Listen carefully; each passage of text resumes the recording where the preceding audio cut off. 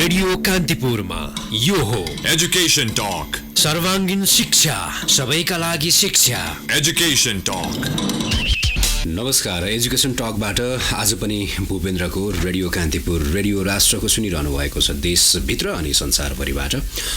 बुधबार साँझ 5 बजेको कान्तिपुर समाचारपछि हामी एजुकेसन टकमा सम्पूर्ण शिक्षा र सर्वाङ्गीन शिक्षाको बारेमा कुराकानी गर्ने गर्छौँ। आजको एजुकेसन टकमा मैले नेपालको पछिल्लो समयको निजी शिक्षा सञ्चालनका चुनौती सँगसँगै विद्यालय व्यवस्थापन लगायतका विषयमा कुराकानी गर्दैछु युवा विवेक विनयसँग। उहाँ जुगल स्कुल र कलेज कपन काठमाडौँका संस्थापक प्रिन्सिपल हुनुहुन्छ। इलामको सूर्योदय नगरपालिकामा 2037 सालमा जन्मिनुभएका विवेक विनय अङ्ग्रेजी भाषा र अर्थशास्त्रका स्नातकोत्तर हुनुहुन्छ। त्रिभुवन विश्वविद्यालयका 18 वर्षदेखि नेपाली शिक्षा क्षेत्रमा निरन्तर लागि पर्नुभएका विवेक विनय विद्यालयमा मूल्याङ्कन विषयका प्रशिक्षक समेत रहनुभएको छ। प्याप्सन काठमाडौँ जिल्ला कार्य समितिका सदस्य सँगसँगै प्याप्सन काठमाडौँ जिल्ला कार्य समितिको तालिम विभागका सचिव पनि हुनुहुन्छ। उहाँले शिक्षाको हकमा विद्यालयमा स्वमूल्याङ्कन पुस्तकको सहलेखन पनि गर्नुभएको छ। सँगसँगै 2062-63 को जनआन्दोलनको विद्यार्थी डायरी समेटेर आफ्नो अनुभवको अर्को पुस्तक पनि उहाँले प्रकाशन गर्नुभएको छ। मेरो स्टुडियोमा विवेक विनय हुनुहुन्छ। विवेकजीलाई म स्वागत गर्छु। विवेकजी, यहाँलाई स्वागत छ एजुकेसन टकमा। हस्, धन्यवाद सर। र कान्तिपुर एफएम सुनेर बसिरहनुभएका सम्पूर्ण श्रोताहरूलाई मेरो हार्दिक नमस्कार छ। जाउँ सिधै मेरो पहिलो प्रश्न तपाईँलाई कुराकानीका निम्ति हाम्रो शिक्षाको कुरा गरौँ। सामुदायिक शिक्षाले नेपाली शिक्षा प्रणालीमा आजको समयमा पारेको प्रभाव, असर वा सकारात्मक पाटाहरू वा नकारात्मक पाटाहरू के छन्, के देख्नुहुन्छ यहाँले? अहिले हामीले फर्केर हेर्ने हो भनेदेखि नेपालको सामुदायिक शिक्षाले ठुलै भूमिका खेलेको छ। किनभने अहिले देशको जनशक्ति जहाँ जुन क्षेत्रमा हुनुहुन्छ त्यो वास्तवमा हेर्ने हो भने सामुदायिक विद्यालयले उत्पादन गरेकै जनशक्ति छन्। त्यस अर्थमा हेर्ने भनेदेखि सामुदायिक विद्यालयहरूले महत्त्वपूर्ण भूमिका खेलेको छ। तर समय परिवर्तन हुँदै गर्दाखेरि अहिले 20 वर्ष अगाडि र 20 वर्ष पछाडि अहिले जो समय परिवर्तन हुँदैछ त्यो परिवर्तन हुँदै गर्दाखेरि शिक्षामा ठुलो चाहिँ चेन्जहरू आएको छ। तर त्यो चेन्जलाई एड्रेस गरेर अहिलेको 21औं शताब्दीमा चाहिने शिक्षा जुन छ त्यो परिपूर्ति गर्ने सन्दर्भमा चाहिँ सामुदायिक विद्यालयले उल्लेख्य प्रगति गर्न सकेको छैन। जस्तो कि अहिले प्रविधिमय शिक्षा छ तर हाम्रो सामुदायिक विद्यालयहरूमा अहिलेसम्म थुप्रै स्कुलहरूमा बस्ने बेन्च पनि छैन। कम्प्युटरको जमाना छ, केही स्कुलहरूले त्यसलाई इन्टरटेन गर्न पाएका छन्, बाँकीले त त्यसलाई हेर्न पनि पाएको अवस्था अहिले पनि छैन। त्यस्तै गरी अबको भावी पुस्ता चाहिँ निर्माण गर्ने चाहिँ यो शिक्षा र त्यसमा पनि ठुलो सङ्ख्यामा चाहिँ सामुदायिक विद्यालयमा पढ्ने विद्यार्थीहरूलाई हामीले अत्यन्तै चाहिँ दक्ष चाहिँ बनाउनु पर्ने, त त्यो मामलामा चाहिँ अहिले पछाडि चुकिरहेको छ। किनभने पुरानै पुस्ताका चाहिँ शिक्षकहरू अध्यापकहरूले काम गरिरहनु भएको छ। त्यो अर्थमा हेर्ने भने समयानुकूल परिवर्तन हुन सकेको छैन। समयानुकूल परिवर्तन नभइसकेपछि हामीले जुन किसिमको आवश्यकता पर्थ्यो शिक्षाको त्यो परिपूर्ति हुन सकिरहेको अवस्था छैन। निजी विद्यालयको आवश्यकता किन छ अहिलेको सन्दर्भलाई जोडेर लिएर हेर्दाखेरि, ताकि अब विश्वव्यापी रूपमा हेर्ने हो भने सामुदायिक विद्यालय कलेजहरूको भूमिका अहम देखिन्छ। संसारभरि नै लगभग सामुदायिक विद्यालयहरू यति सबल छन् कि त्यहाँ पढ्न नपाएपछि मात्रै निजी विद्यालयको प्रयास गर्छन्। हामीले पश्चिमा समाजको कुरा गर्ने हो भने हाम्रोमा निजी विद्यालयको आवश्यकता किन पर्यो? जस्तो निजी विद्यालय सञ्चालन गर्ने व्यक्तिहरूले, शिक्षाविदहरूले सामुदायिक विद्यालयको स्तरोन्नतिका निम्ति किन पहल गरेनन्? निजी विद्यालयको आवश्यकता यो देशमा किन छ भन्ने प्रश्न अत्यन्तै महत्त्वपूर्ण छ। हामीले अहिले मैले केही अगाडि यहाँलाई भने अब टाइमली जुन खालको आवश्यकता छ यो देशमा त्यो परिपूर्ति गर्ने ल्याकत हैसियत अहिले सरकारसँग छैन। यहाँले फर्केर अहिले भर्खरै चाहिँ नि अस्ति 15 गते बजेट आएको छ। यहाँले बजेटमा हेर्नुभयो भने 10.68 चाहिँ प्रतिशत छुट्याएको छ। यो चाहिँ कम्तीमा 20% हुनु पर्थ्यो। अत्यन्तै न्यून बजेट हो। तुलनात्मक रूपले हेर्दा अलिअलि गएको वर्षको भन्दा अलिकति बढाएको त हो, तर भनेको पर्याप्त बजेटहरू छुट्याइएको छैन। त्यसले गर्दाखेरि अहिले वर्ल्ड क्लास एजुकेसनमा मैले अघि भने प्रविधिमय छ हैन, सिप सिकाउने कुराहरू छ, धेरै ठुलो कुराहरू छ। अझै पनि चाहिँ हामीले चाहिँ हेर्ने हो भनेदेखि इन्टरनेसनल कम्पिटिसनसँग फाइट गर्ने खालको चाहिँ मेन पावर उत्पादन गर्न सरकारले अहिले सकिरहेको छैन, त्यसमा निजीले सघाइरहेको छ एकातिर। अर्कोतिर अहिले निजी विद्यालय नहुन्थ्यो भनेदेखि कति धनराशि बाहिर जान्थ्यो। अहिले यसै पनि हामी व्यापार घाटामा छौँ होइन। देशमा चाहिँ डलरको संचित कम छ, किन भन्दाखेरि चाहिँ हजारौँ मानिसहरू चाहिँ बाहिर पढ्न गइरहेको छ, चाहे उच्च शिक्षाको लागि स्कुल लेभलमा पनि गइरहेको छ। त्यस कारणले गर्दाखेरि त्यो मामलामा कम्तीमा देशको पुँजी यहीँ रोकेको छ। त्यो मामलामा चाहिँ निजी शिक्षा अत्यन्तै आवश्यक छ आर्थिक पाटोमा। अर्को क्वालिटी एजुकेसनको लागि निजी शिक्षा अत्यन्तै आवश्यक छ, किनभने उनले चाहिँ मेहनत गरेको छ, धेरै कुराहरूमा चाहिँ नयाँ ल्याएको छ। अहिले नेपालमा फर्केर हेर्नुहोस् न, 30 वर्ष जतिको प्राइभेट स्कुलको उपस्थितिमा यो देशको शिक्षाको अवस्था कस्तो छ हेर्नुहोस्। अहिले विदेशबाट उच्च शिक्षा हासिल गर्न नेपालमा आउने अवस्था छ। स्कुल लेभलमा पनि धेरै प्रगति भएको छ। त्यहाँ प्राइभेट सेक्टर नहुन्थ्यो भनेदेखि यो खालको क्वालिटी एजुकेसन सम्भवै थिएन। त्यही हिसाबले गर्दाखेरि चाहिँ म चाहिँ कम्तीमा पनि अर्को 20-30 वर्ष चाहिँ जबसम्म सरकार चाहिँ आत्मनिर्भर अथवा चाहिँ भनौँ न आर्थिक रूपमा चाहिँ सबल हुन सक्दैन, उसले चाहिँ चाहेको आवश्यकता अनुसार दिन सक्दैन, त्यति बेलासम्म त निजी चाहिँ सेक्टरको आवश्यकता भइ नै रहन्छ सर। जस्तो तपाईँले निजी विद्यालयहरूले क्वालिटी एजुकेसन दिइरहेका छन् भनिरहनु भएको छ। अहिले उत्पादन भएका एसई परीक्षापछि वा 12 कक्षाको परीक्षापछि उत्पादन भएका जति पनि युवा जनशक्ति विद्यार्थीहरू छन्, उनीहरूको हातमा अहिले पनि सर्टिफिकेट छ, कुनै सिप छैन, कुनै ज्ञान छैन, जीवनमा उपयोग गर्नका निम्ति कुनै त्यस्तो प्राविधिक विषयको ज्ञान उनीहरूले प्राप्त गर्न सकिरहेका छैनन्।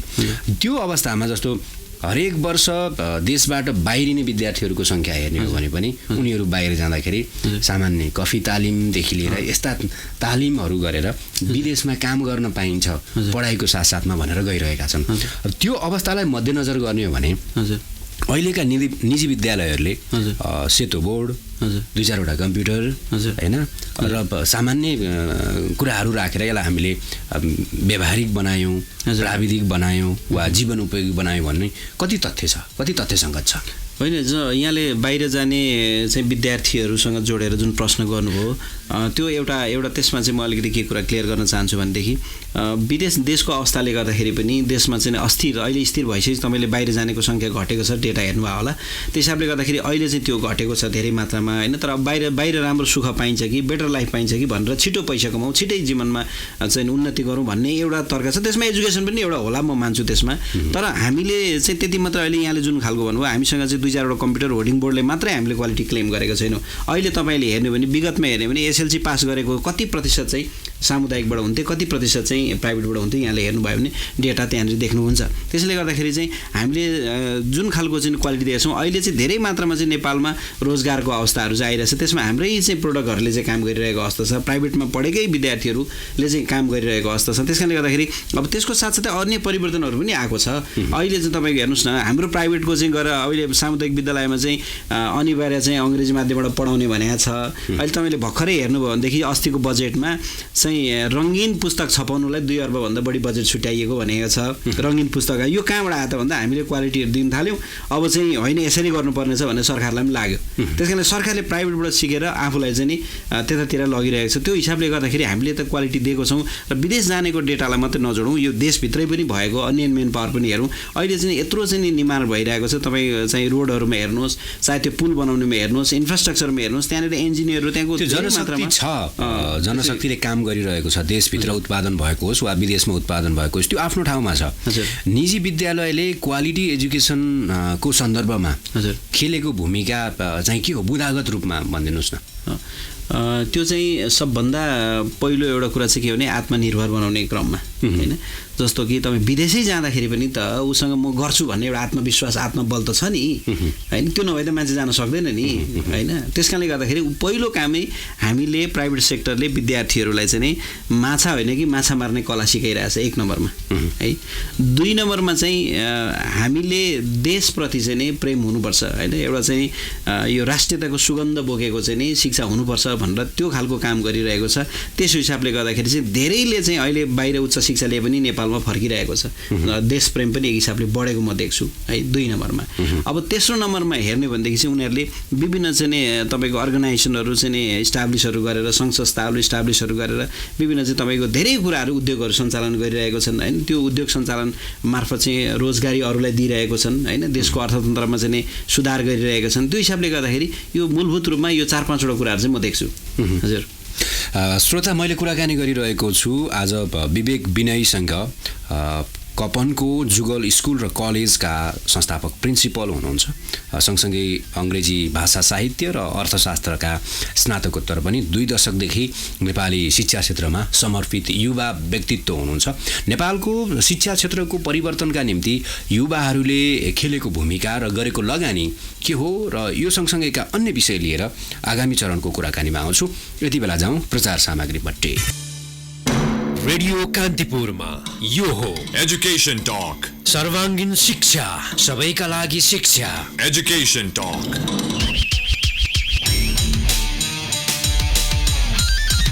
एजुकेसन टकमा फेरि पनि तपाईँलाई स्वागत छ। रेडियो कान्तिपुर रेडियो राष्ट्रको सुनिरहनु भएको छ। आज मैले जुगल स्कुल कलेज कपन काठमाडौँका संस्थापक प्रिन्सिपल विवेक विनयसँग कुराकानी गरिरहेको छु। विवेक विनय प्याप्सन काठमाडौँका जिल्ला कार्य समितिका सदस्य सँगसँगै सोही संस्थाको तालिम विभागका सचिव पनि हुनुहुन्छ। विद्यालयमा मूल्याङ्कन विषयका प्रशिक्षक पनि हुनुहुन्छ लामो समयदेखि र उहाँले विद्यालयमा सो मूल्याङ्कन नामक पुस्तकको सहलेखन पनि गर्नुभएको छ। मैले फेरि स्वागत गरेँ विवेकजीलाई। अघिको कुराकानीको प्रसङ्गलाई म जोड्छु।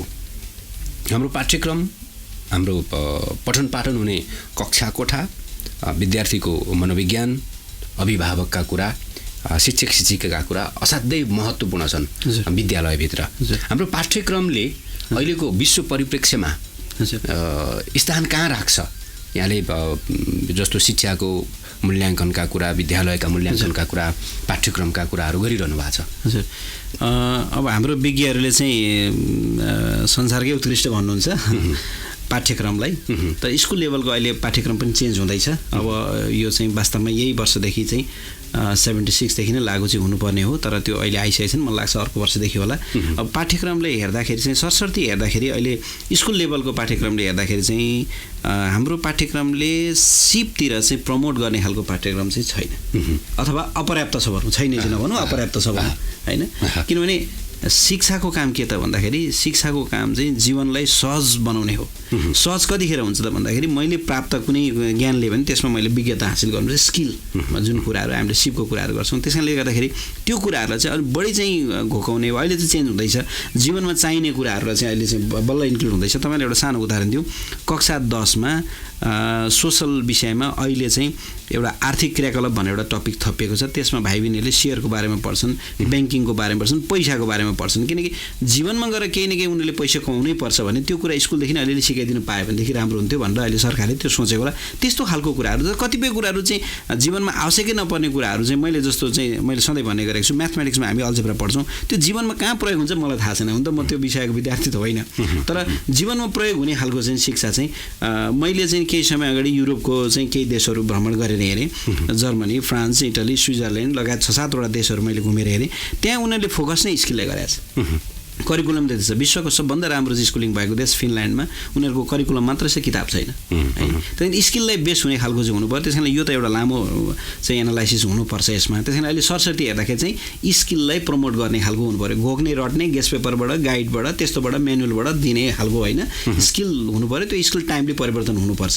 हामीमा सामान्यतया चाहिँ करिकुलम 5 वर्षमा रिभ्यालुएसन हुन्छ, 10 वर्षमा पुरै चेन्ज हुन्छ। तर प्रत्येक वर्ष पनि त्यसलाई चाहिँ रिभाइज गर्न सक्ने अवस्था कि टाइमली चेन्ज भन्छौँ हामी, त्यो कुराहरू चाहिँ गर्न सक्ने अवस्था चाहिँ हुनुपर्छ। अब क्लासरुमको कुराहरू यहाँले जोड्नुभयो, अभिभावकको कुरा जोड्नुभयो, टिचरको कुरा जोड्नुभयो। अब क्लासरुम चाहिँ ल्याब जस्तो हुन आवश्यक छ। खालि डेस्क बेन्च राख्ने, एउटा बोर्ड झुन्ड्याउने मात्रै होइन, त्यहाँ धेरै कुराहरू हुनुपर्छ। त्यो पनि अहिले निजी स्कुलहरूमा चाहिँ धेरै चाहिँ जस्तो चाहिँ कर्नर चाहिँ लाइब्रेरी भनेर हामीले सुरु गरेका छौँ। प्रत्येक कक्षा कोठामा सानो लाइब्रेरी हुने, बुकहरू राख्ने, त्यहीँबाट चाहिँ हुने, अब अडियो भिडियोको क्लासहरू हुने, त्यो भइरहेछ।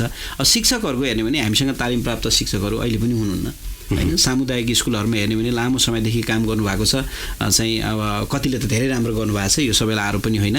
तर के हो भने मैले लामो समयसम्म काम गरेँ, म अनुभवी छु भन्ने एउटा चाहिँ रहन्छ मान्छेसँग। किनभने टाइमली त्यो अनुभव एउटा पाटो हो, त्यसले आत्मविश्वास दिन्छ। तर टाइमली चेन्ज चाहिँ हुनुपर्छ। एउटा 30 वर्ष पढाएको टिचरलाई अहिले चाहिँ तपाईँको कम्प्युटर चलाउन आएन, प्रोजेक्टर चलाउन आएन भने कामै छैन। अनुभव त छ तर टाइमली चेन्ज भएन। त्यस कारणले हाम्रो अब चाहिँ त्यो खालको चाहिँ मेन पावर अहिले पनि छैन। सरकारले त्यतिर ध्यान दिन अलिक सकेको पनि छैन, त्यो पाटो भयो। अनि अभिभावकहरूमा तपाईँले स्कुल पठाएपछि सकिहाल्यो भन्ने खालको धेरैको मानसिकता छ।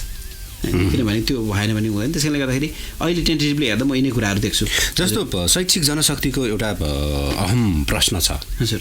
नेपालको शिक्षा क्षेत्रमा जुन जनशक्तिले काम गरिरहेको छ त्यो जनशक्ति काम चलाउ मात्रै छ, धेरैको मूल्याङ्कन हो यो। हजुर। जस्तो नतिजैको आधारमा भन्ने हो भने हजुर राम्रो उत्कृष्ट नतिजा ल्याउने विद्यार्थी हेल्थ साइन्समा गइरहेको छ, पढिरहेका छन्, इन्जिनियरिङ क्षेत्रमा छन्, त्यसपछिको व्यवस्थापनमा छन्, त्यसपछिको विद्यार्थी भनेको ह्युम्यानिटीतिर मानविकीतिर छन्, त्यसपछि शिक्षा संकायमा कनीकुथी आफ्नो पढाइको बेलामा पनि असाध्यै गाह्रो तरिकाले जाँचहरू पास गरेका व्यक्तिहरूले शिक्षा क्षेत्र धानिरहेका छन्। निजी शिक्षाको हकमा पनि कुराकानी गर्ने हो भने त्यो राम्रो जनशक्ति देखिँदैन। एउटा तालिम प्राप्त व्यक्तिले हैन, दिनदिनै प्रयास गरिरहेको व्यक्तिले, जो व्यक्ति कक्षा कोठामा जानु अघि प्राथमिक होस् वा निम्न माध्यमिक होस् वा माध्यमिक तहको पाठ्यक्रम होस्, हरेक दिन हेरेर घोकेर विद्यार्थीका सामु प्रस्तुत हुन्छ, त्यो जनशक्तिले कति सृजनात्मक, कति ऊर्जाशील नयाँ जनशक्ति उत्पादन गर्छ? यो हाम्रो शिक्षा क्षेत्रमा भएको एउटा अहम प्रश्न हो जस्तो मलाई लाग्छ। यहाँले कसरी लिनुहुन्छ यो कुरालाई? अनि यो एकदम यहाँले उठाउनु भएको प्रश्न असाध्यै महत्त्वपूर्ण कुरा छ। किनभने शिक्षाले चाहिँ एउटा व्यक्तिको जीवनमा होइन, उसको परिवारको जीवनमा, उसको समाजको जीवनमा, राष्ट्रको जीवनमा चाहिँ प्रभाव पार्ने चिज हो। त्यसैले गर्दाखेरि त्यो सेक्टरमा काम गर्ने मान्छे भनेको असाध्यै दिग्गज हुनु पर्यो, समझदार हुनु पर्यो, धेरै कुरा हुनु पर्यो। तर निजी शिक्षालयहरूमा चाहिँ के भइरहेछ भन्दाखेरि अहिले हामीले अब खास गरी शिक्षक हुने भनेको एजुकेसन पढ्ने, अनि एजुकेसन पढ्ने भनेको चाहिँ तपाईँको एकदम कम जिपिए आएकोहरू पर्छ होइन। त्यस कारण कमजोर, अहिले यहाँले भने जस्तो जो कमजोर देखेको छ उनीहरू टिचर हुनु अहिलेको शिक्षा प्रणालीमा छ। यद्यपि अहिले चाहिँ जुन नयाँ ऐन आउँदैछ त्यसमा चाहिँ अब तपाईँको चाहिँ फर्स्ट डिभिजन भएको अथवा राम्रो प्रस्तुति गरिरहेकोहरूलाई मात्रै लिने भन्ने खालको चाहिँ आउँदैछ, त्यो पाटोमा होला भविष्यमा। तर अहिले चाहिँ हामीले चाहिँ निजी सेक्टरमा चाहिँ तपाईँको सर्टिफिकेट हाम्रो पहिलो हो, हेर्छौँ उसले कसरी राम्रोसँग पास गरेको छ, हेर्छौँ, डेफिनेटली हेर्छौँ। अहिले निजी विद्यालयहरूमा काम गर्ने शिक्षकहरू चाहिँ तपाईँको म एक्सिलेन्ट सबै चाहिँ भन्दिनँ, तैपनि चाहिँ राम्रा छन् होइन। र त्यसलाई चाहिँ हामीले अब ट्रेनिङहरू दिएर हुन्छ कि स्कुलको आफ्नो चाहिँ पर्सनल एउटा केयरमा राखेर त्यो हिसाबले गर्दाखेरि त्यसमा सुधार चाहिँ भइरहेको छ। त्यसले गर्दाखेरि अब यो चाहिँ हामीले चाहिँ ऊर्जावान जुन यहाँले भन्नु क्रिएटिभ जुन जनशक्ति हामीले उत्पादन गर्नुपर्ने छ, त्यसमा यदि पर्सेन्टेजको हिसाबमा गर्ने हो भने हामीले 70% काम गरेका छौँ जस्तो मलाई लाग्छ। किन अहिलेको युवाहरू शिक्षा क्षेत्रप्रति उदासीन छन्? जस्तो राम्रो नतिजा ल्याउने क्षमतावान विद्यार्थीहरू छन्, ती विद्यार्थीहरूले शिक्षा क्षेत्रमा जाउँ होइन, अध्यापन गरौँ, नयाँ जनशक्ति उत्पादन गरौँ भन्ने शिक्षा क्षेत्रप्रतिको आकर्षण चाहिँ किन छैन? तपाईँ एक युवा, तपाईँ लागिरहनु भएको छ, तपाईँ व्यवसायी भएर लागिरहनु भएको छ होइन, जस्तो योगदान दिने शिक्षाकै क्षेत्रमा नयाँ जनशक्ति उत्पादन गर्ने, पढाउने, त्यो सन्दर्भमा चाहिँ युवाहरूको आकर्षण किन छैन? यो गम्भीर कुरा हो कि वास्तवमा अहिले के भइरहेछ भन्दाखेरि नेपाली समाजमा, नेपालमा टिचरहरूको जुन पोजिसन हुनुपर्थ्यो त्यो पोजिसन छैन। त्यसको विविध कारण छन् कि, अनि त्यो हिसाबले गर्दाखेरि एउटा कुरा भयो। अर्को कुरा, सामुदायिक स्कुलहरूमा टिचरको अब यहाँलाई थाहा छ लामो समयसम्म भ्याकेन्सी नै खुल्थेन, अहिले वर्षैपछि आइरहेको छ, अहिले राम्रो छ, पहिला थिएन, आयोगहरू खुल्थेन। अनि त्यसले गर्दाखेरि अब निजी सेक्टरमा मान्छेले पढाउन चाहँदैन, जान चाहँदैन, किनभने उसको त्यहाँ फाइनेन्सियल सेक्युरिटी हुँदैन, छैन है। त्यो हिसाबले गर्दाखेरि त्यो पाटोले चाहिँ गर्दाखेरि हो। अनि अर्कोतिर चाहिँ पढाउने मामला, कसैलाई बुझाउने सिकाउने मामला भनेको चाहिँ यो असाध्यै लेन्दी प्रोसेस हो होइन। मान्छेले अहिले कस्तो चाहन्छ भने अहिलेको जमानामा मान्छेको इच्छा आकाङ्क्षाहरू अनलिमिटेड छ, त्यसलाई फुलफिल गर्ने सोर्स चाहिँ लिमिटेड छ होइन। त्यस कारण अनलिमिटेड चाहनाहरूलाई फुलफिल गर्नको लागि शिक्षण क्षेत्रबाट कमाएको पैसाले पुगिरहेको अवस्था हुँदैन। त्यो हिसाबले गर्दाखेरि मान्छेले त्यहाँ फोकस गर्छ होइन, मैले त पैसा कमाउनुपर्छ, मेरो फल्ना साथीले यो खालको गरिरहेछ, उसको जिन्दगी यो छ, अहिले समाजमा धेरै छ, अहिले हेर्नुहोस् त सामान्य फोन 30,000 पर्छ होइन। त्यसैले गर्दाखेरि मान्छेको चाहिँ इच्छा आकाङ्क्षाले गर्दाखेरि पनि यतातिर अलिकति चाहिँ आकर्षण नबढेको हो कि जस्तो लाग्छ। तर जुन दिन फाइनेन्सियल सेक्युरिटी हुन्छ, जुन दिन यो समाजमा टिचर साँच्चै मान्य हुन्छ, पूज्य हुन्छ, त्यतिखेर चाहिँ युवाहरूको अवस्था चाहिँ मलाई लाग्छ यतातिर आकर्षणको रूपमा बढ्छ होला। हामीले हाम्रो शिक्षा क्षेत्रलाई किन मर्यादित बनाउन सकेनौँ, किन अनुशासित बनाउन सकेनौँ? जस्तो मर्यादाको कुरा गर्ने हो भने शिक्षकको हाम्रो समाजमा कुनै पनि मूल्य नै छैन। केही काम गर्न सकेन भने शिक्षक बन्ने होइन। समाजमा प्रश्नहरू हुन्छन्, के गर्छस् त? म पढाउँछु, शिक्षक हुँ, अरू केही गर्न सकेन होइन। मर्यादित किन हुन सकेन हाम्रो शिक्षा क्षेत्रमा लगानी गरिरहेका व्यक्तिहरूको यो शिक्षा क्षेत्र नै भनौँ, मर्यादित किन बनाउन सकेन हामीले? यहाँले भनेको एउटा कुरामा चाहिँ म सहमत छैन। जस्तो कुनै मूल्य छैन भन्नुभयो, यहाँले मूल्य चाहिँ छ, अब त्यो मूल्य कति छ भन्ने कुरा चाहिँ त्यो चाहिँ आफ्नो पाटो होला। मूल्य चाहिँ छ, किन मान्नेले धेरै मानेका छन्, त्यसको केही कारण छ। पहिलो कारण चाहिँ म पहिलो चाहिँ के भने अब यो हामीले स्वमूल्याङ्कनको किताब लेख्यौँ, विद्यालयमा स्वमूल्याङ्कन लेख्यौँ, आफूले आफूलाई पनि हेर्नुपर्छ कि होइन। तपाईँको टिचर हुनलाई उसको आचरणदेखि लिएर सबै कुराहरूमा चाहिँ वास्तवमा अब्बल ठहरिनुपर्छ, किनकि उसको टिचरले दुई किसिमले पढाउँछ। एउटा प्रत्यक्ष रूपमा उसले बोलेर गराएर, अनि परोक्ष रूपमा चाहिँ त्यहाँ उसको चाहिँ हावभाव प्रस्तुतिहरू व्यक्तित्वले पढाउँछ। त्यो हिसाबले गर्दाखेरि टिचरको जुन खालको चाहिँ एउटा पोजिसन हुनु पर्थ्यो त्यो एउटा समस्या होला। अब अर्को दोस्रो कुरा चाहिँ सरकारको टिचरलाई हेर्ने दृष्टिकोण पनि म देख्छु कि तपाईँको अहिले चाहिँ टिचरलाई जुन खालको मान्यता दिनु पर्थ्यो सरकारले, जस्तो अरू देशहरूमा दिइन्छ, अरू देशहरूमा जुन किसिमको सम्मान हुन्छ, जुन किसिमको पहुँच हुन्छ, कुनै कार्यक्रमहरू फङ्सन भयो भने त्यहाँ टिचरलाई 1 नम्बरमा इन्भाइट गरे हुन्छ उनीहरूले होइन। उनीहरूलाई त्यो फ्रन्ट लाइनमा राखेको हुन्छ, किनकि यो देशको प्रधानमन्त्री उत्पादन गर्ने काम, इन्जिनियर जेसुकै उत्पादन गर्ने काम त्यही टिचर हो भनेर उसलाई 1 नम्बरमा नपढेकै ऊभन्दा कमै भए पनि आमा बाबुलाई अगाडि राखेको जस्तो टिचरलाई अगाडि राखेको छ। त्यो खालको चाहिँ त्यो कल्चर त्यहाँबाट सुरु भएको छ। हाम्रो त त्यो छैन, सबभन्दा पछाडिमा टिचरलाई होइन। तपाईँले हेर्नुभयो भने अहिले देशको प्रधानमन्त्री जुनसुकै हेर्नुहोस्, चाहे त्यो चाहिँ अहिले चाहिँ पुष्पकमल दाहाल प्रचण्डलाई हेर्नुहोस्, बाबुरामलाई हेर्नुहोस्, सबै धेरै जस्तो नेताहरू चाहिँ स्कुलिङ ब्याकग्राउन्डबाट कहीँ टिचरै भएर आएको छन् होइन। त्यहाँबाट आए तापनि उनीहरूले बुझ्न सकेनन् कि। त्यसैले गर्दाखेरि सरकारको मान्यता 1 नम्बरमा, 2 नम्बरमा टिचर आफै, 3 नम्बरमा अलिकति अवेरनेस पनि भएन होइन। अहिले अवेरनेस किनभने हामीलाई जसले चाहिँ कख सिकाएर आँखा देखाउने काम गरेछ उसलाई हामीले यसरी मान्नुपर्छ भन्ने यो खालको 2-4वटा कुरा नभएर पनि हो। अनि त्यसले अर्को चाहिँ अब सेवा सुविधाहरूको कुरा पनि होला। त्यसले गर्दाखेरि चाहिँ यो यिनै कारणले गर्दाखेरि चाहिँ टिचरको जुन वेट हुनुपर्थ्यो त्यो भइरहेको मैले देख्दिनँ।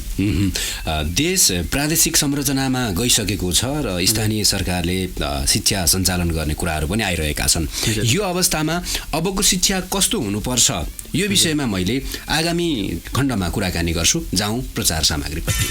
रेडियो कान्तिपुरमा यो हो Education Talk. सर्वाङ्गीन शिक्षा, सबैका लागि शिक्षा।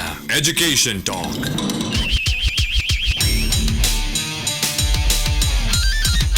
एजुकेसन टकमा फेरि पनि तपाईँलाई स्वागत छ। आजको एजुकेसन टकमा मैले जुगल स्कुल कलेज कपन काठमाडौँका संस्थापक प्रिन्सिपल एवं प्याप्सन काठमाडौँका जिल्ला कार्यसमिति सदस्य एवं तालिम विभाग सचिव विवेक विनयसँग कुराकानी गरिरहेको छु।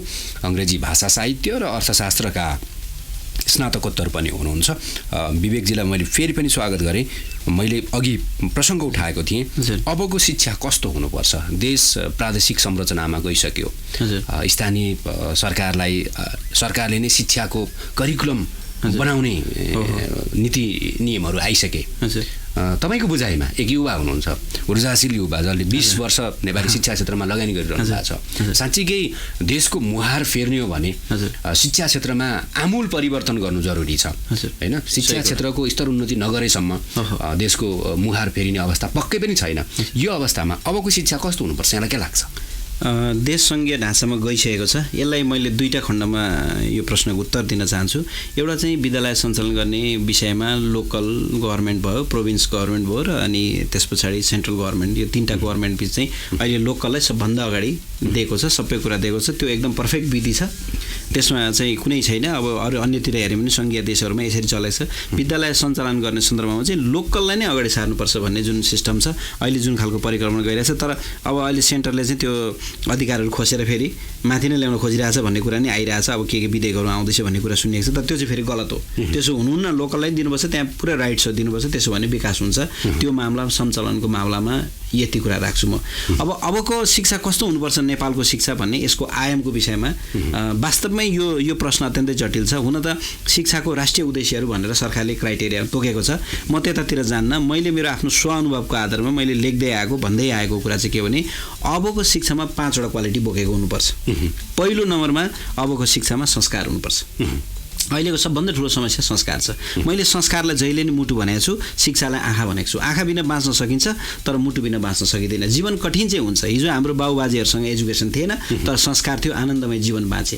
आज तपाईँले चाहिँ आत्महत्याको घटना हेर्नुहुन्छ भने प्रत्येक दिन चाहिँ 8 जनाभन्दा बढीले आत्महत्या गरिरहँदा एजुकेटेड मान्छे बढी छ हैन। त्यसमा एउटा कारण चाहिँ संस्कार छैन, हामी संस्कार भुलिसकेका छौँ, कसलाई सम्मान गर्ने, कहाँ के गर्ने, मेरो चाहिँ परिवारप्रति समाजप्रतिको कुराहरू। त्यस कारण पहिलो चाहिँ क्वालिटी संस्कार हुनु पर्यो, दोस्रो नम्बरमा सिप हुनु पर्यो। अहिले चाहिँ ब्याचलर गरेको मान्छेले एउटा चाहिँ फर्मल्ली चाहिँ एप्लिकेसन लेख्न नजान्ने कुराहरू छ, किन पास गरेको, सर्टिफिकेट पास गर्ने, मान्छेको साथमा चाहिँ तपाईँको सर्टिफिकेट छ तर हातमा सिप छैन। त्यस कारणले दोस्रो क्वालिटी अबको शिक्षाको सिप हुनुपर्छ, त्यसलाई फोकस गर्नुपर्छ। तेस्रोमा मैले प्रविधिलाई राखेको छु। अहिले औँलाको टुप्पोमा संसार छ, प्रविधिलाई युज गर्नुपर्छ। अहिलेको जमाना हार्डवर्किङ गर्ने जमाना होइन, दिनको 10 घण्टा पढ्ने, दिनको 10 घण्टा खट्ने जमाना होइन, 1 घण्टा खटेर 10 घण्टाको चाहिँ फाइदा लिने जमाना हो। यसलाई म स्मार्ट एरा भन्छु। अहिले स्मार्ट काम गर्नुको लागि प्रविधिको आवश्यक पर्छ। तेस्रो क्वालिटी प्रविधि चाहिन्छ। चौथोलाई मैले चाहिँ नि life long, art of life long learning भन्छु म, जीवन पर्यन्त सिकाइको कला। जब विद्यार्थीहरू हाम्रो चाहिँ स्कुलमा प्रवेश गर्छन्, युनिभर्सिटीतिर प्रवेश गर्छन्, त्यतिखेर हामीले हाम्रो विद्यार्थीहरूलाई चाहिँ म जीवनभरि चाहिँ के कुराहरू सिकिरहन्छु भन्ने खालको चाहिँ नि त्यो बिउ, त्यो खालको चाहिँ कला चाहिँ त्यहाँ सिकाउनुपर्छ। त्यस कारणले चौथो चाहिँ मैले यसलाई चाहिँ जीवन पर्यन्त सिकाइको कला त्यसलाई चाहिँ लिन्छु। र पाँचौँ चाहिँ मैले के लिन्छु भन्दाखेरि हाम्रो चाहिँ नेपाली राष्ट्रको सुगन्ध बोकेको शिक्षा, ताकि पास गरेपछि चाहिँ अस्ट्रेलिया ताक्ने होइन, गल्फ कन्ट्री ताक्ने होइन कि मेरो देशको काठमाडौँ ताक्ने, पोखरा ताक्ने, इलाम ताक्ने, धनकुटा ताक्ने, त्यो खालको चाहिँ एउटा राष्ट्रिय सुगन्ध बोकेको, नेपाली माटोको सुगन्ध बोकेको यो 5वटा चाहिँ नि मैले जुन भने यहाँलाई संस्कार 1 नम्बरमा, 2 नम्बरमा सिप भने, तेस्रो नम्बरमा प्रविधि भने, चौथोमा चाहिँ मैले चाहिँ जीवन पर्यन्त सिकाइको कला भने, र 5औँमा राष्ट्रियताको भाव बोकेको, यो 5वटा कुराहरू बोकेको अबको शिक्षा चाहिँ अबको सङ्घीय नेपालमा आवश्यक छ। र त्यसको लागि विज्ञहरूले पनि चाहिँ लाग्न आवश्यक। एउटा नेसनल कन्फरेन्स गराएर हाम्रो देशमा दुर्भाग्य के हो भने 2-4 जना प्राध्यापकहरू, 2-4 जना चाहिँ वरिष्ठहरू बस्ने, त्यस पछाडि शिक्षाको नीति नियम बनाउने, विभिन्न कुराहरू बनाउने। तर वास्तवमा यदि हामीले चाहिँ देशलाई सफल तुल्याउने एउटै मात्र अस्त्र त्यो शिक्षा हो। त्यो शिक्षामा ल्याउने ऐन अधिकारका सारा कुराहरू यदि हामीले ड्राफ्ट गर्छौँ भने त्यसमा सबभन्दा पहिलो पार्टिसिपेट चाहिँ विद्यार्थीको हुनुपर्छ। त्यस पछाडि कक्षामा जाने बस्ने विद्यार्थी, पढाउने शिक्षक, त्यहाँबाट चाहिँ लिएर आउनुपर्छ, डिस्कसनहरू गरेर त्यहाँबाट यदि लिएर आउनु भने हुन्छ। तर अहिले चाहिँ के भयो भनेदेखि चाहिँ तपाईँको चाहिँ हुम्लाको एउटा गाउँको विकास हामी चाहिँ 5 स्टार होटलमा बसेर काठमाडौँमा बसेर बनाए जस्तो भयो। ठिकै जनतालाई समावेश गरेर गऱ्यो भने बल्ल चाहिँ हुन्छ। त्यो हिसाबले गर्दाखेरि चाहिँ यो 5वटा आयाम बोकेको चाहिँ भयो भने मलाई लाग्छ जुन हामीले चाहिँ समृद्ध नेपालको परिकल्पना गरिरहेछौँ त्यो चाहिँ पुरा हुन्छ जस्तो लाग्छ। जस्तो तपाईँले यो कुरा भनिरहँदाखेरि एउटा उदाहरणमा जाउँ, कर्णाली प्रदेश अहिले नाम पनि आइसकेको छ। कर्णाली प्रदेशको शिक्षा कस्तो हुनुपर्छ तपाईँको बुझाइमा? हो, अब यो असाध्यै महत्त्वपूर्ण कुरा आयो। अब कर्णाली प्रदेशमा सबैभन्दा समस्या के को छ भन्दाखेरि मान्छेको तपाईँको एक हिसाबले अवेरनेसको कमीहरू छ आम बुझाइमा हेर्ने हो भनेदेखि हैन। अहिले अब म त त्यहाँ गएर स्टडी गरेको छैन, यो पनि अलिकति अपरिपक्व कमेन्ट पनि हुनसक्छ है, किनभने म त्यहीँ गएर चाहिँ गत लेखेको छु। तर त्यहाँको मान्छेहरूलाई मैले पढाएको छु, मेरो स्कुलमा पनि कर्णालीको नानीहरू पढ्छ। उनीहरूलाई अहिले हेर्दा उनीहरू किन आयो त भन्दाखेरि चाहिँ बेटर एजुकेसनको लागि। त्यसैले भयो भने त्यसैले गर्दाखेरि त्यो चाहिँ अहिले तपाईँको चाहिँ उनीहरूको चाहिँ त्यहाँ समस्या के छ भन्दाखेरि आर्थिकको कुराहरू छ। उनीहरू यार्स चाहिँ स्कुल बन्द गरेर यार्स टिप्न गइरहेको अवस्था छ। अनि त्यसैले गर्दाखेरि त्यहाँ चाहिँ एक कुरा चाहिँ हामीले सिप एक आवश्यक छँदैछ। र अर्को दोस्रो कुरा चाहिँ त्यो समाजको जुन अन्धविश्वास छ अथवा त्यहाँ चाहिँ जुन खालको आवश्यकताहरू छ, स्थानीय आवश्यकतालाई परिपूर्ति गर्ने खालको शिक्षाहरू चाहिँ आवश्यक हुनसक्छ मलाई जहाँसम्म लाग्छ। जस्तो अहिले नै जस्तो यार्सगुममै टिप्न जानु केही छैन, तर चाहिँ त्यहाँ त्यसलाई कसरी चाहिँ हामीले त्यो यार्सगुममा टिपेर कसरी मेरो शिक्षामा लगानी गर्ने भनेर त्यसरी जोडेर त्यहाँको चाहिँ स्थानीय हुन त अहिले लोकल करिकुलम पनि बन्छ, त्यो खालको चाहिँ शिक्षा भएदेखि चाहिँ त्यहाँ आवश्यकता हुन्थ्यो कि त्यहाँ चाहिँ तपाईँको त्यहाँको बच्चाहरूलाई चाहिँ तपाईँको अल्बर्ट आइन्स्टाइनको थ्योरी पढाएर केही काम छैन हैन। भविष्यमा चाहिएला, तर फोकस चाहिँ केमा हुनु पर्यो भने त्यही यार्सा कसरी टिप्ने हैन, थोरै समयमा धेरै टिपेर कसरी आउने कलाको कुराहरू हुनसक्छ। अनि त्यहाँ चाहिँ तपाईँको चाहिँ डायरियाले मान्छे मर्छ, ज्वरो सामान्य ज्वरो आएर मार्छ, त्यसलाई चाहिँ अपरेट गर्ने कुराहरू सिकाउनु पर्यो हैन। हेल्थको कुराहरू, बेसिक हेल्थको कुराहरू भयो, के खानपिनको बेसिक हेल्थको कुराहरू भयो, बेसिक स्किलको कुराहरू, त्यस्तो कुराहरू राख्नु गऱ्यो भने त्यो शिक्षा यदि दिइयो भने त्यो शिक्षाले केन्द्रको शिक्षासँग कसरी समन्वय गर्छ? अहिले हामीले चाहिँ 2 किसिमको छ नि त, बेसिक लेभलको एजुकेसन छ 8 सम्मको जुन बेसिक लेभलको छ नि, त्यहाँ चाहिँ हामीले त्यो गर्न सकिन्छ। अनि त्यस पछाडि 10 सम्मको कुरा चाहिँ आएछ, +2 सम्मको कुरा आएछ भनौँ। 10 सम्म त्यसो गरिसकेपछि त कम्तीमा त्यहाँको आवश्यकता परिपूर्ति भइसकेपछि त अनि पछाडि त फेरि बिस्तारै त्यो लिङ्क भएर आउँछ। उसले त्यो कुराहरूमा आत्मनिर्भर भएपछि उसको फाइनेन्सियल अवस्था हुन्छ, उसमा जनचेतनाको कुरा हुन्छ, विभिन्न कुराहरू बढ्दै अहिले पनि तपाईँको छुवाछुतको कुरा हेर्नुहोस्, हामी झाँक्रीको कुरा हेर्नुहोस्, अहिले पनि छ नि। त्यसलाई नचिरिकन हामी राष्ट्रसँग कनेक्ट भएर नि के काम छ र? कामै छैन। त्यसैले पहिला चाहिँ त्यहाँकै खुड्किलाहरू चाहिँ बनाएपछि अनि बल्ल बिस्तारै टाइप भएर जान्छ। निजी विद्यालय मुनाफामुखी बढी भए सेवामुखी कम छन्, व्यापार बढी हो भन्ने एक खालको विश्लेषकहरूको मूल्याङ्कन छ। यो कतिसम्म कति हदसम्म सत्य हो? हामी अर्को चरणमा कुराकानी गर्छौँ। एजुकेसन टक सुन्दै गर्नुहोस्। रेडियो कान्तिपुरमा यो हो Education Talk. सर्वाङ्गीन शिक्षा सबैका लागि शिक्षा। Education Talk.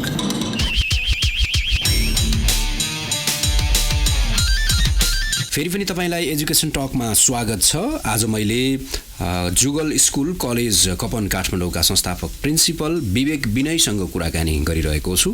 प्याप्सनसँग आबद्ध व्यक्तित्व पनि हुनुहुन्छ, सँगसँगै अङ्ग्रेजी भाषा साहित्य र अर्थशास्त्रका स्नातकोत्तर पनि हुनुहुन्छ। 2 दशक नेपाली शिक्षा क्षेत्रमा बिताइसक्नु भएको छ। विवेकजीलाई मैले फेरि पनि स्वागत गरेँ यो अन्तिम चरणको कुराकानीमा। जस्तो विद्यालयको स्वमूल्याङ्कन आफ्नो ठाउँमा छ, त्यो प्रसङ्गमा पनि आउँछु। त्योभन्दा अघि जस्तो निजी विद्यालयलाई सधैँभरि लाग्ने भनेको आरोप मुनाफामुखी बढी भए। जस्तो तपाईँ प्याप्सनसँग आबद्ध हुनुहुन्छ।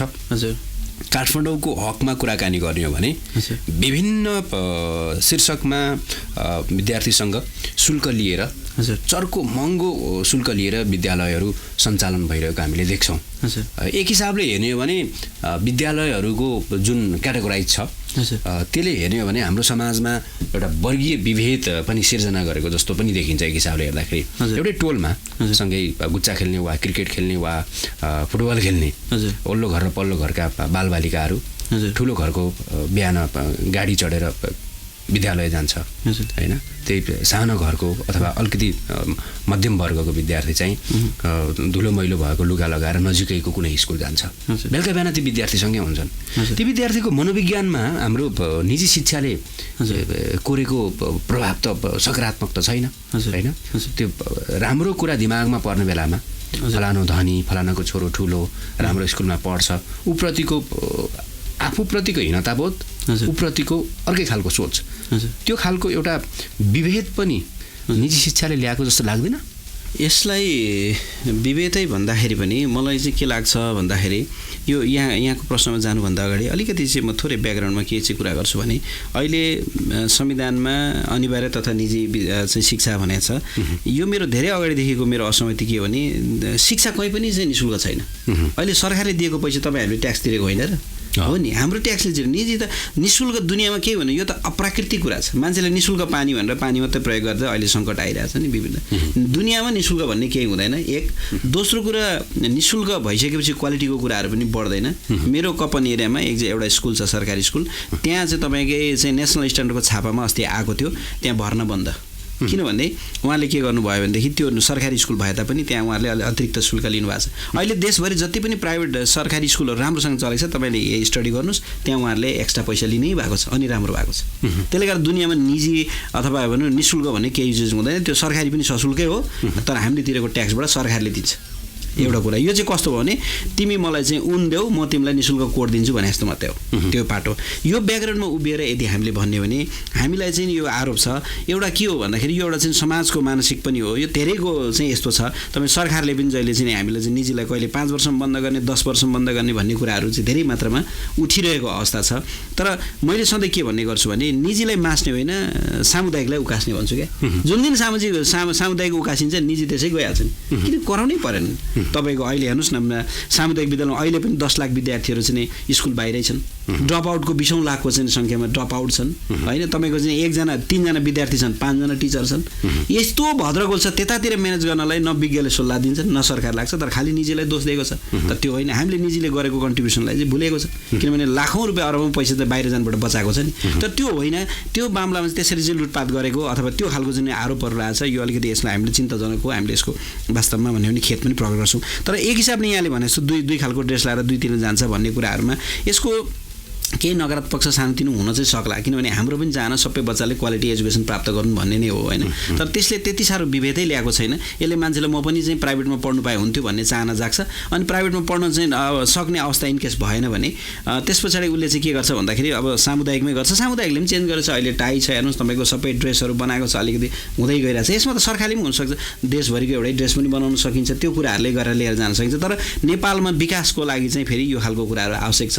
मान्छे खर्च भयो भयो भने बल्ल आम्दानी बढाउनुतिर लाग्छ खर्चै भएन भने आम्दानी बढ्दैन कि यो चाहिँ के भने इन्कमको सिद्धान्त जुन छ हामीले हेर्छौँ म चाहिँ त्यसको विरुद्ध देख्छु किन खर्च भएपछि मान्छेले आम्दानी गर्नुतिर लाग्छ खर्चै भएन भने के को आम्दानी गर्ने हुँदैन त्यो हिसाबले गर्दाखेरि त्यसरी चाहिँ होइन र अब हामीले विभिन्न शीर्षकमा शुल्क लिएको छ भने त सरकारले नियमन गरेको छ नि कतिपय कुराहरूमा होइन किन सरकारले चाहिँ अनुमति नदिकन त कसैले गर्न सक्दैन होइन त्यस कारणले सञ्चालन गर्ने सारा कुरा A to Z कुराहरू चाहिँ तपाईँको चाहिँ हामीले बेहोर्नुपर्छ होइन सरकारले हामीमाथि गरेको विभेद चाहिँ हामीले फेरि यो कुरा बारम्बार भनिरहेको छौँ सरकारले हामीमाथि गरिरहेको विभेद छ अन्याय छ हामीमाथि भन्दा हाम्रै बच्चाहरूमाथि अहिले स्कलरसिपमा हाम्रो चाहिँ निजी स्कुलमा पढेको बच्चाले पाउँदैन एउटा चाहिँ तपाईँलाई म एउटा दर्दनाक उदाहरण दिन्छु एउटा बच्चा थियो चाहिँ टोटली अर्फन बच्चा त्यसलाई विदेशीले चाहिँ नि पैसा फन्ड गर्यो सरकारीमा पढाउनु चाहेन उसले प्राइभेटमा फन्ड गरेर पढायो 10 क्लाससम्म उसले पढाइदियो त्यहाँबाट उसले सकेन अब म पढाउँदिनँ भन्यो अब त्यो अर्फन बच्चाले चाहिँ तपाईँ स्कलरसिपमा फाइट गर्ने पाउँदैन अनि यस्तो खालको चाहिँ त्यहाँबाट सुरु भइरहेछ कि किनभने उसले पनि त पाउनु उसको पनि त अधिकार त छ नि स्कलरसिप पाउने प्राइभेटमा पढ्दै त्यही कारण सरकारको नीति के हुनुपर्छ भने सक्नेले आफै पढाऊ नसक्नेलाई सरकारले पढाइदिन्छ अन्त्यमा छौँ तपाईँको विद्यालय स्वमूल्याङ्कन हजुर तपाईँले एउटा सोच ल्याइरहनु भएको हजुर के हो यो विद्यालय स्वमूल्याङ्कन विद्यालयमा स्वमूल्याङ्कन सेल्फ इभ्यालुएसन इन स्कुल भनेर एउटा किताब हामीले एकजना स्रोत व्यक्ति रामनारायण सर र मैले एउटा चाहिँ लेखेको छौँ यो किताब बजारमा आएको छ हामीले के लाग्यो भने चाहे त्यो अभिभावकलाई सुधार्न होस् चाहे त्यो विद्यार्थीलाई सुधार्न होस् चाहे त्यो टिचरलाई सुधार्न होस् जो कोहीलाई सुधार्नको लागि पनि अरूले भन्दा पनि उसले सेल्फ इभ्यालुएसन गर्यो भने चाहिँ त्यो प्रभावकारी हुन्छ 29 वर्षको उमेरमा मान्छे मर्दो रहेछ बिरामी हुँदो रहेछ भन्ने कुरा सिद्धार्थ गौतमले थाहा पाए त्यस पछाडि होइन मलाई त केही थाहा रहन्छ भनेर उनले आत्मरतिबाट बिउजेर उनले दरबार छोडे सबै कुरा छोडे उनको भगवानको रूपमा आए ठिक त्यस्तै गरी मान्छेले इभ्यालुएसन गर्ने आफ्नो सेल्फ इभ्यालुएसन गर्ने भयो भनेदेखि चाहिँ प्रगति हुन्छ अरूले भनेको कुरा अप्रिय लाग्छ कि तिम्रो यो कमजोरी भयो सुधार भने नि राम्रो लाग्दैन कि तर ऐनामा हेरेर गऱ्यो भने सुधार त्यस कारणले हामीले यो किताब विद्यालयमा स्वमूल्याङ्कन भन्ने किताबभित्र चाहिँ एउटा फर्मेट तयार गरेका छौँ त्यसमा चाहिँ